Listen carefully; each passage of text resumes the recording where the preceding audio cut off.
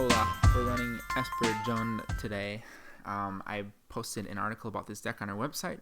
Basically, it was a design, an idea I had after thinking about Jace Vryn's Prodigy's use in Modern, as well as how cool it was for him to interact with Esper Charm. And so I was kind of comparing Esper Charm to Blightning in a way, and I know that Blightning is not really a piece of the Jund decks ever since the Bloodbraid Elf banning, but I do like the ability to have your opponent discard two of their cards and just go into total top deck mode early on in the game. But this one also gives you the option to refill your own hand. So in a lot of cases where discarding two cards is meaningless to them because they're already down to one card in hand or zero cards in hand, this one has the option to put you in the advantage. It also has a really valuable destroy target enchantment function, which can hit primarily Blood Moon, but there are a lot of sideboard things that we want to deal with, like Rest in Peace, for example.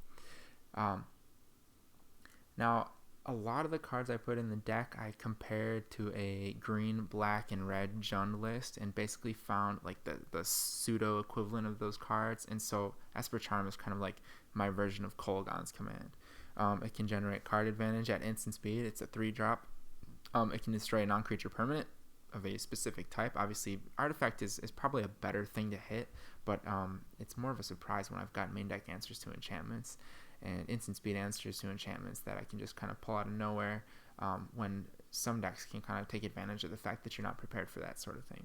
A lot of the discard is the same. I might be a little lighter on the discard, but I do have Lilianas, and I potentially would be adding a fourth one, so we'll see how that goes.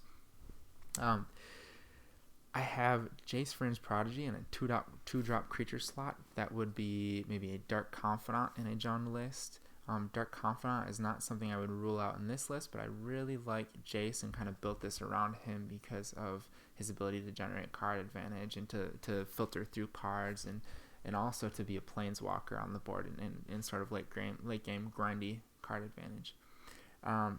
So some of the changes I made, I cut down to one Celestial Colonnade, which is a little light on fetch on manlands for my liking in a Jund type list, but that comes into play tapped ability is kind of an issue when you're running things like Path to Exile and Inquisitions and things like that. I want to have a lot of turn one options to have untapped lands, and I want to sort of minimize my disruption there.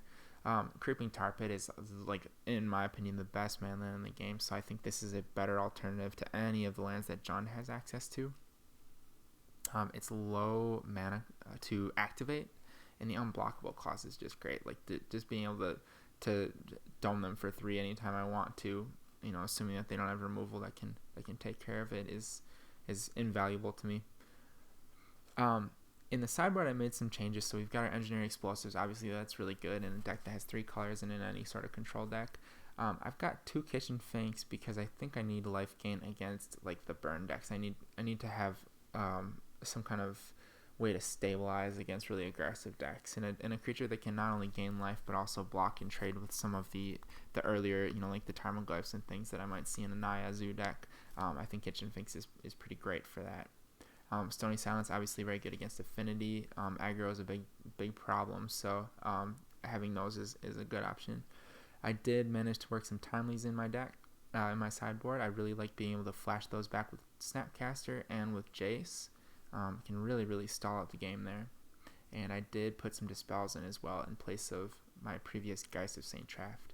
I like Geist just as much as the next guy, but I just don't think that we have room for him in this list. Potentially the Kitchen Finks could become Geist, so we'll see. Now you just gotta wait for someone to show up and play us, and we'll get things rolling.